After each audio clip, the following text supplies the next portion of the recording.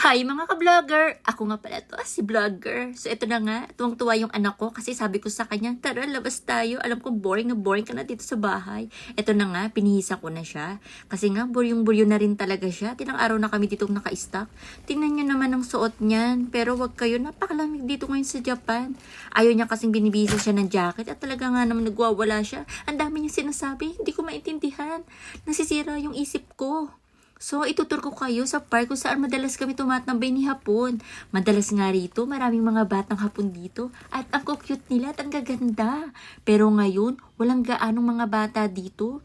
Nanonood kasi sila ng Doraemon at Tulpo. Ngek, nyaw. So ito guys, andito nga pala kami kung saan madalas kami naglalakad ni Hapon. Ito nga yung mga kabataan ngayon. Ito ang sport kasi nila dito, itong bampreso at tagutuguan. Ngek. So ito nga guys, pakikita ko sa inyo yung magandang tanawin na sinasabi ko. O diba? Nakaka-refresh. At ang sarap sumigaw ng Dameksa! So, ito nga guys. Dito nga pala ako naglalakad. Lalo na pag may problema ako. Pag nakikita nyo akong offline, andito lang ako.